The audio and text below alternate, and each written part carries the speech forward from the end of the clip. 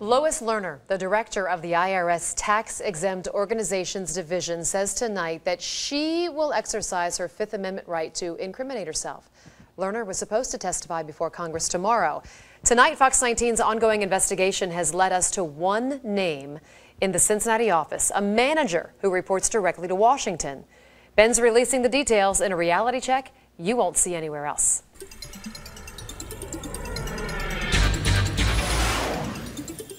The claim that the ongoing IRS scandal was among low-level employees is falling apart.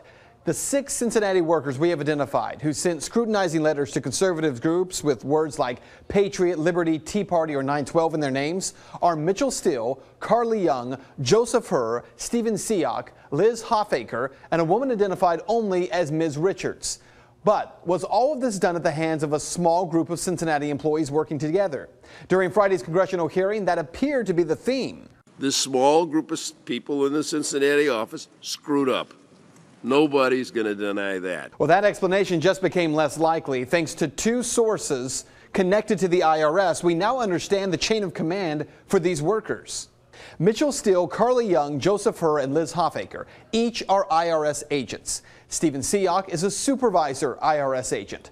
But according to the IRS employee directory, which Fox 19 has obtained exclusively, each of these agents has a different manager, and then above them, a different territory manager. Now that is important because while it may sound reasonable to the average person that these workers began targeting groups on their own, the IRS structure is designed to prevent that. Here's how it works. When an application for tax-exempt status comes into the IRS, agents have 270 days to work through that application. If the application is not processed within those 270 days, it automatically triggers flags in the system. When that happens, individual agents are required to input a status update on that individual case once a month, every month until the case is resolved. Now keep in mind, at least 300 groups were targeted out of Cincinnati alone. Those applications spend anywhere from 18 months to nearly 3 years in the system, and some still don't have their nonprofit status. 300 groups times at least 18 months for each one. Well, that means thousands of red flags would have been generated in the system. So who in the chain of command would receive all these flags? The answer, again, according to the IRS directory, one woman in Cincinnati, Cindy Thomas, the program manager of the tax-exempt division. Because all 6 of our workers have different individual and territory managers, Cindy Thomas is the one manager they all have in common. And it turns out Cindy Thomas's name is one we've heard before.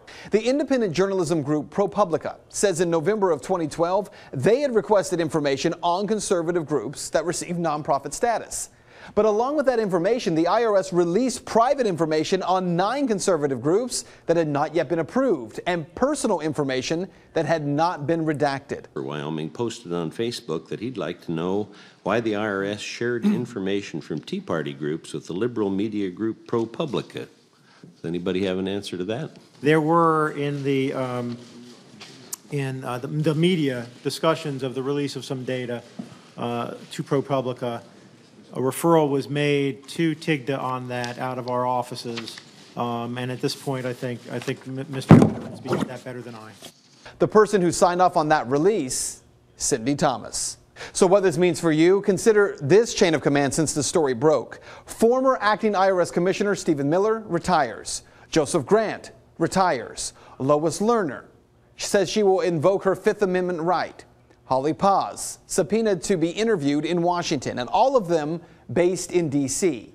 Then one level down is Cindy Thomas, the highest ranking employee in Cincinnati in this department that no one in Congress is talking to yet.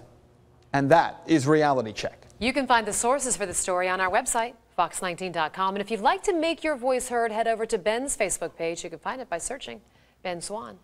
We're working hard to stay in front of the story for you. Stick with Fox 19 for any developments on air, online, and on your mobile device.